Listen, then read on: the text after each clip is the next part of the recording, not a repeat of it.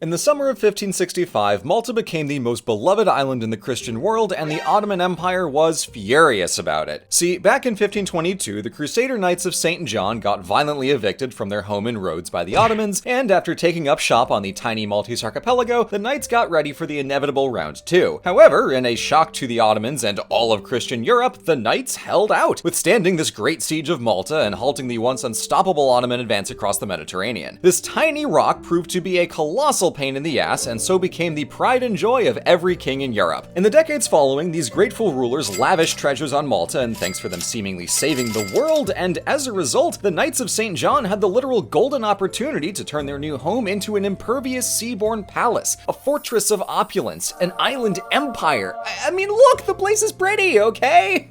So to show you how Malta's grandeur grew to meet the weighty reputation of the Great Siege and become an empire in miniature, let's do some history. Once the Ottoman cannons piped down and the siege was finally over, priority one was building. The main bombardment was in and around the Grand Harbor, where the Knights' capital of Birgu suffered heavy damage and several of their forts got overrun and battered. Grand Master and hero of the siege, Jean de la Valletta, thought a new capital was in order, but rather than move to the ancient capital of Mdina way inland, he stuck to the harbor and picked the central Shiberis Peninsula as the site of the Knights' new city, La Valletta. The city was designed by the Pope's own military architect with a grid plan and vastly overhauled defenses at Fort St. Elmo. The original fort was captured in the siege and clearly needed an upgrade, so the Knights piled up loads of finely cut Maltese limestone to fortify the peninsula. After many pleas and thank yous to the kings and princes of Europe who financed Malta's new HQ, Valletta was declared the capital in 1571. Over the following centuries, the Knights steadily upgraded St. Elmo to keep up with the latest in gunpowder defenses, and they also added more forts around the harbor, fortified the Cittadella on the northern island of Gozo, as well as the old city of Mdina, and built a network of 6 coastal watchtowers in the 1610s. With enough limestone fortifications to make an Ottoman admiral faint, Malta became a triple-layer citadel with Valletta as the central keep within the harbor and the island at large. These fortifications were never directly tested in battle, but as a deterrent, the warning to the Ottomans was clear. Malta was impossible to take before we built all this extra bullshit, so good goddamn luck trying to take it now. Seeing as our boys the Knights were crusaders after all, it makes sense that an early priority was churches, and as Valletta took shape, they did not dally. Grandmaster La Valletta founded Our Lady of Victory as the city's first church just a year after the siege, and in the 1570s, the Knights built the conventual Church of St. John as the centerpiece convent of their order's patron saint. Today we know it as St. John's co-cathedral, but that wasn't until the 1820s, so shh, forget about it, it's fine.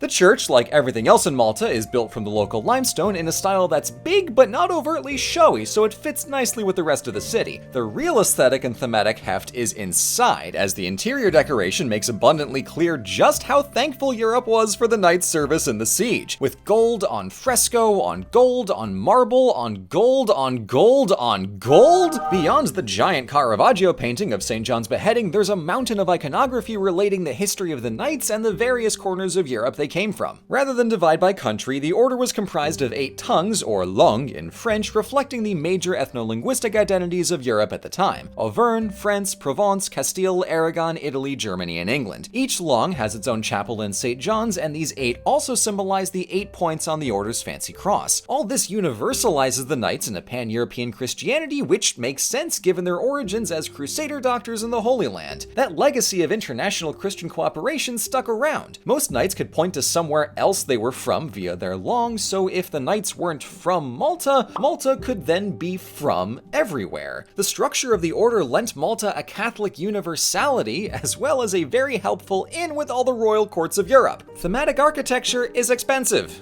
Now, each langue had an administrative and social headquarters called an auberge, or inn. The Knights originally built their auberges in the city of Birgu once they arrived in 1530, and then built new ones in Valletta after the siege. All this work in the 1500s follows what's called the Mannerist style. Then 3 auberges and several churches received a distinct facelift in the 16 and 1700s in the subsequent Baroque style. What's the difference between the two? Well, the terminology is far more troublesome than it's worth. See, in the past, I've taken a shortcut and described the Renaissance architectural style as neoclassical, as it's born from a rediscovery of ancient Greek and Roman ideas, but strictly speaking, that is not actually neoclassical, because that term refers exclusively to the neoclassical movement of the mid-17 and 1800s, characterized as a return to the simplicity of actual classical architecture in contrast to the elaborate swooshy opulence of Baroque. I understand the academic point of confining the term neoclassical to one specific era, I just fully disagree with it, so I use it as an umbrella term for the Renaissance family of architectures. To that end, all Maltese architecture since the Knights is some form of neoclassical, but within that, Mannerist is an unhelpfully undescriptive term. All granular terminology will struggle to fit cleanly along a timeline, but Mannerism really loses me. This architecture does play a little with classical elements, but nothing here is that different from earlier Renaissance works in Italy. With Maltese Baroque, we see more bold shapes, more depth, more flair, more size, so it's helpful to call the style by a new name, but Mannerism to me is just Renaissance before Baroque. I'm sorry for the Mannerism erasure, but I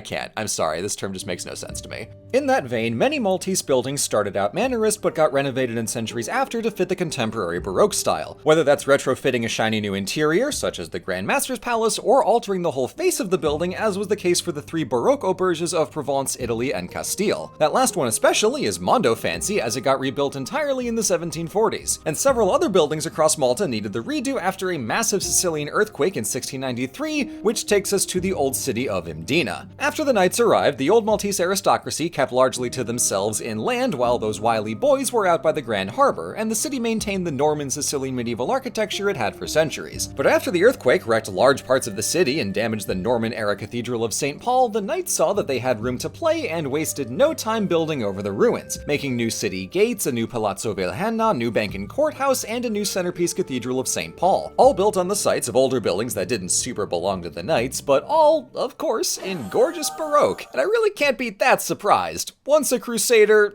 always a crusader. Back in Valletta, new Baroque works bubbled up from the city with fancy arches, civic buildings, and plenty of churches. Crusaders, man, I tell ya. By the end of the 1700s, tiny little Malta could compete with Europe's grandest capitals, and rare few could boast the raw aesthetic cohesion of a city made of purely local limestone. It's like the city was either carved out of the peninsula or burst up out of the ground fully formed, and damn, that is a look. But at the turn of the 1800s, Malta changed hands as the Knights got booted by Napoleon, who in turn got booted by Britain, who held Malta as a colony until its independence in 1964. In this century and a half, the big style import was a Victorian-era taste for capital and neoclassical, which is to say, trying to accurately emulate the stately feel of Greek and Roman architecture. The British renovated the main guard building with a neoclassical portico, added a mini Greek temple as a monument in the lower Barraca Gardens, built an Anglican cathedral for St. Paul in the style of a big temple, and made another temple like Garrison Chapel for the Royal Navy boys. All told, just a few additions, but having stumbled onto each of them myself while visiting Malta, they really sell the feeling of being in an ancient Greek city. Even when Malta was part of someone else's empire, their visual identity only became more uniquely striking than before. Impressive! One trait they did share with Britain, however, was getting bombed to bits in World War II. The Second Siege of Malta left many historic buildings in ruins, needing heavy repairs or outright replacement in the decades after. Of the works done after the war, one of the most dramatic is the Basilica of Our Lady of Mount Carmel with its ginormo dome, so now at last the city is complete. The other is a trio of works by architect Renzo Piano, lending a vividly modern city gate, Parliament House, and Royal Opera House in the 2010s. The Maltese limestone keeps them cohesive with the rest of the city, while their open design brings the welcoming feeling of a civic plaza. Malta became a republic in 1974, but I think this thematic statement makes it all click. A modern yet very Maltese Parliament Square for a modern republic. Malta is as much of an architectural anomaly as it is a historical one. What I find so compelling is the sense of universality that's infused in every block of limestone. The Knights represented a pan-European Catholicism that took physical form in their iconography, artwork, and capital city. Valletta's whole being is unified by stone, so the monumental architecture rising out of it is just a bonus, and the styling of all that work in ancient Greek and Roman aesthetics is a bonus to me in particular. Malta is the classics in miniature, Catholicism in miniature, the British Empire in miniature, and it shows all of them magnificently. It's a singular example of how opulent form and grand ideology can combine into something stunningly greater than each on its own. Not just an imperial capital without an empire, La Valletta is the empire. Thank you all for watching. I cannot believe I said so many nice things about Crusaders. I need to go think about some stuff. This video goes out to my dad, who adventured to Malta with me earlier this year. I hope this brings back the fond memories, because it truly does for me. Thanks as always to our community of patrons, and I will see you all in the next video.